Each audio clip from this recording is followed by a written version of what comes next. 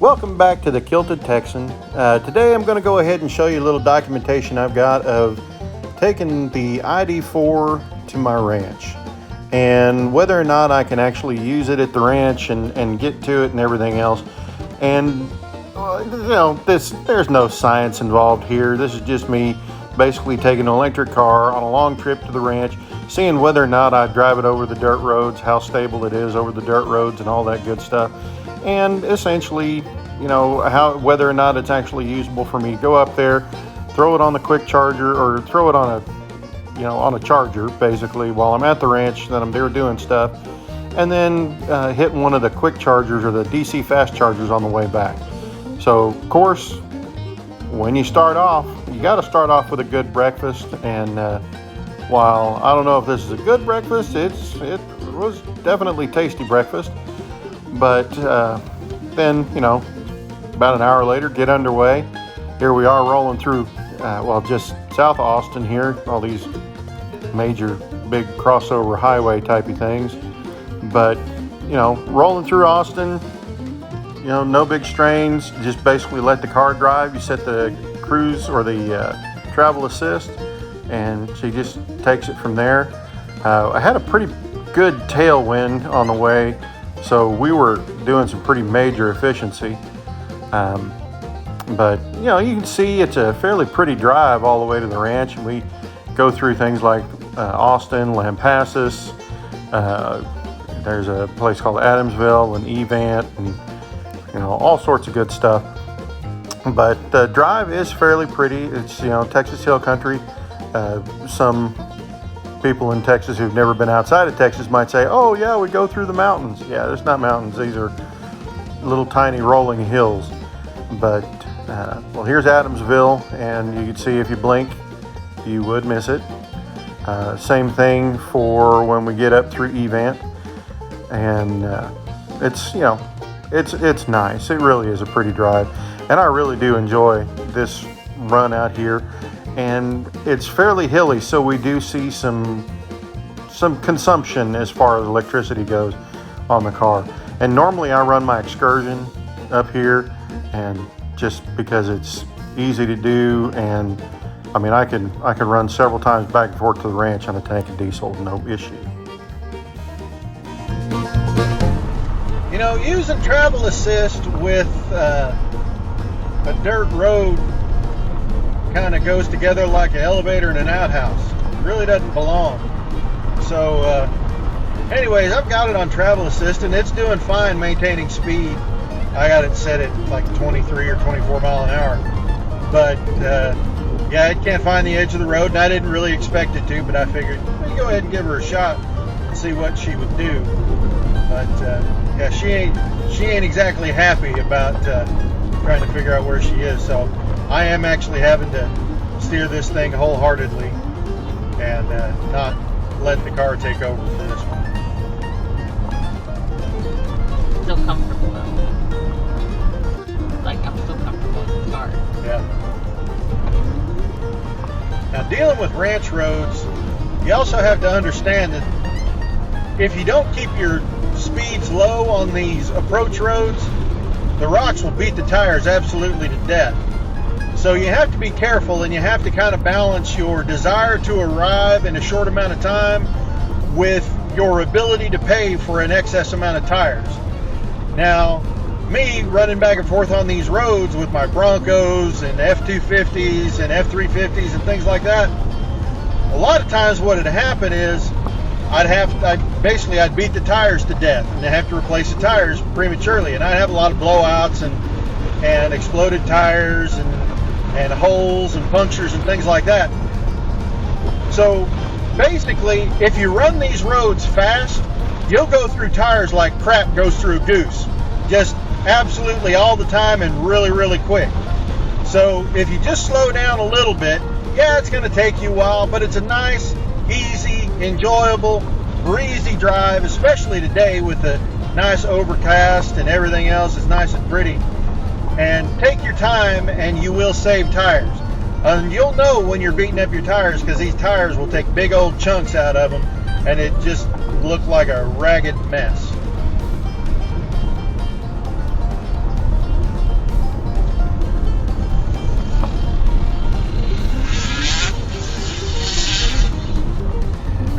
I have noticed about the ID.4 is the fact that the traction control is kind of intrusive. Like making those turns, I'm just leaving the cruise control on, sitting at like 22, 23 miles an hour. I've actually backed it off to 22. But making those turns, it's fairly intrusive, and it makes sure that you're not going to slide on these dirt roads. So, I mean, I guess that can be a point for or a point against. If you're trying to play like the Duke boys and slide the General Lee, well, I guess it's a point against. But if you're trying to keep your vehicle from ending up in a ditch or upside down, I guess that's a point for. So depending on your situation, you might enjoy or bemoan that particular fact. Well, life on the farm is kind of laid back.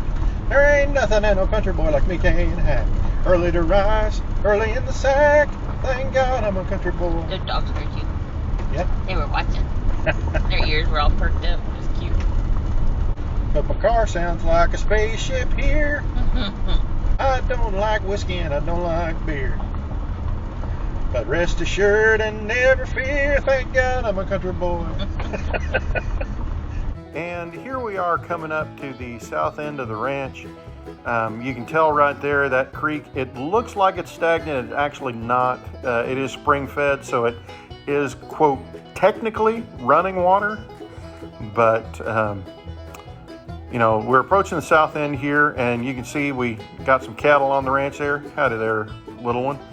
But, you know, I'd like to say that the ranch, you know, makes an income, but it doesn't. It about breaks even, so it's not really costing a whole lot to keep it. But, you know, I guess if we put more effort into running more cattle or actually, you know, going through and designing a feeding routine and all that good stuff, we could probably make some income off of it. But right now, it's just a relaxing place to go hang out, chill out, maybe fly some quads. And other than that, you know, just kind of prove the off-road worthiness of some vehicles. Now, if you're quiet, you might be able to catch a peek of the wandering ID.4 looking for juice in the wilderness. Be quiet. He spooks easily. Well, we made it here to Redbird Ranch. It's about a 160-mile trip, and got about 120 miles left on the Gesso-meter. I think pulled in with like 37%, average 3.7 miles per kilowatt hour. So we did pretty good. We had a pretty good tailwind, so, you know, there's that. But welcome to the ranch. And today we're going to find out the Volkswagen ID.4. Will it ranch? I guess we'll find out. All right, let's figure this out. So I got the ID plugged in. I got my kilt. It's a little windy here today, so I'll be careful about what I show in the kilt. I got my homemade power wire there in the window in the laundry room, going down to 240 volts all the way over the car. So we're gonna let this charge for a little bit and maybe go get some lunch, and we'll see how much more ranching we can do with this much juice.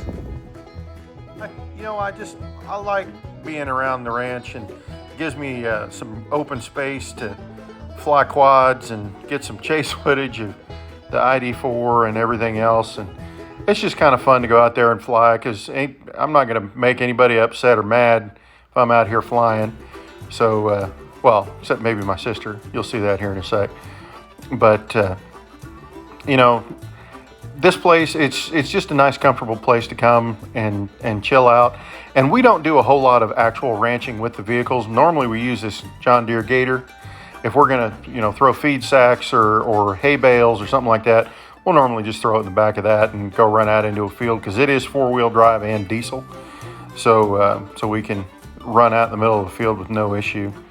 And, you know, like I said, we don't do a whole lot of ranching with the vehicles. And there I am annoying my sister. She loves that. She really doesn't. Anyways, and like this, all good things must come to an end. But we went ahead and we got the car juiced up to about, I think it was like 43 or 44%. It wasn't very high. I didn't have a whole lot of chance to charge the car, but we got it charged up a little bit and then headed over to Waco. It was 75 miles over to Waco, and I think we had like 110 miles on the Gesso-meter. So we had a little bit of a delta that we could work with, and the higher speeds and the headwinds cut it down quite a bit, but we did make it over here to my favorite restaurant, and it's only about a quarter mile away from the chargers there in Waco. So I think we pulled in here at like 7% or something like that. You know, we were minimal and we were pushing it, but then we finished and went over to get charged.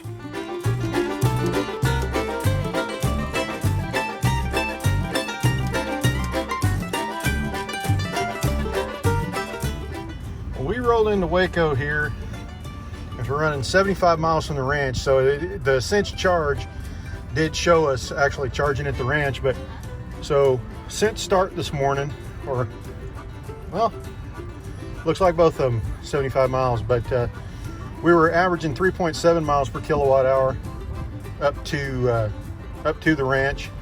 And then over here we kind of rolled out and we had a pretty good headwind, so we were running about 2.9 miles per kilowatt hour, but we burned quite a bit of juice on the way over and rolled in here with 20 miles on the Gesso-meter at 6%. So we're going to see what kind of speeds we get here in Waco before turning around and headed home from the ranch.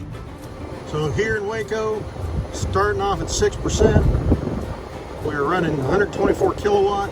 Figure we'll probably get that all the way up to about 50% state of charge, and maybe, I don't know, I haven't decided whether I want to charger hop down to Roundrock or not and throw another bit of juice in or Roundrock, or whether we'll just charge them up here and make it all the way home.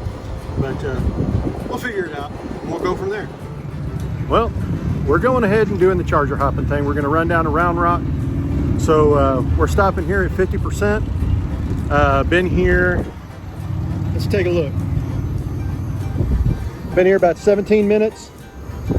Going to 50%. Got 34 kilowatt hours delivered in a pretty short amount of time. We're getting down in the juice.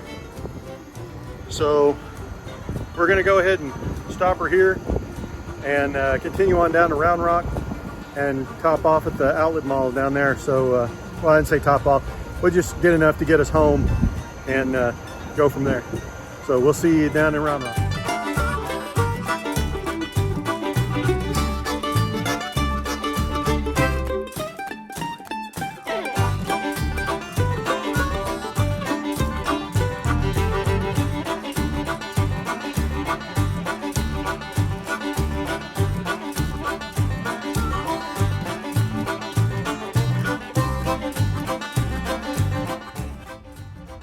We rolled in here into the Roundrock outlets.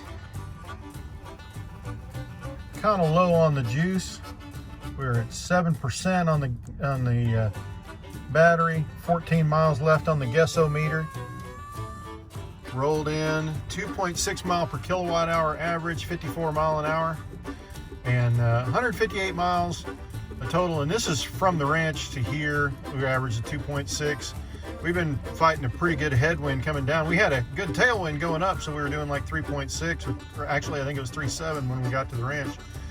But we're going to go ahead and charge as long as we get super fast speeds and then make it home, because we don't have to have a whole lot of charge to make it back to the house. So we just figured we'd charger hop this one and get underway. Well, we got the charging kicking off here, and right now she is kicked in at 124 kilowatt. We arrived here with 7% on the battery. We're probably only going to go to about 50%. We'll check in at the end here. We'll see, you know, how many kilowatt hours we took and all this good stuff.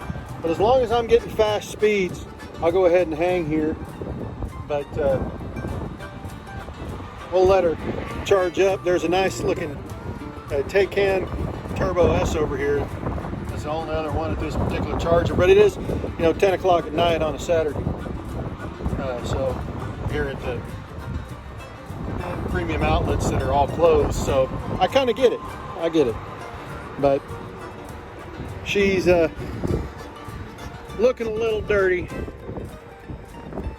but she is charging up. we'll get her home and we'll get her a bath tomorrow.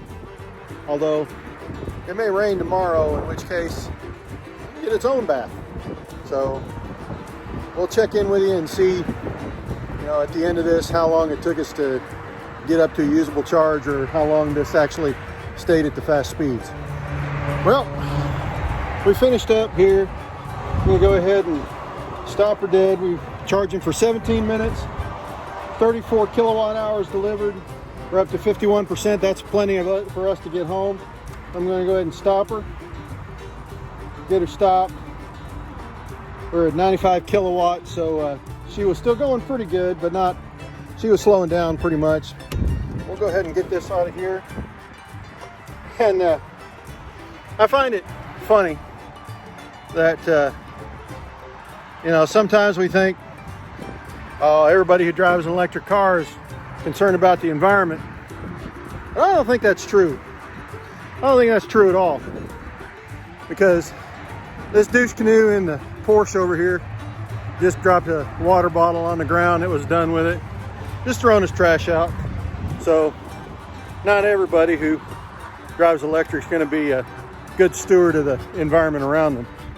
But other than that, we're going to head home, put this thing on the charger at the house, and let her finish up. But we'll talk to you when we get there. And just to let you know, we did a total of 390 miles, 162 miles to the ranch, 228 miles from the ranch. Stopped 2 times at Electrify America. First for 18 minutes and like 10 seconds, it delivered 35 kilowatt hours. Second time for 17 minutes and 45 seconds, and that was in Roundrock, delivered 35 kilowatt hours. And basically what that equates out to, if you were to pay for it, we get the charging plan that Volkswagen says 3 years of free charging. But if you were to pay for it in Arkansas, it'd be 43 cents per kilowatt hour. It'd come out to $30.10 in electricity or fuel. And in Texas, we go by time, so it's how much time you're actually hooked up. And this is where you get an advantage of using the speedy charging curves in the bottom of the battery. We would have only paid $11.52. But other than that, subscribe for more of these shenanigans. Keep the rubber side down. And if you're going to crash into that like button. And we'll see you in the next one.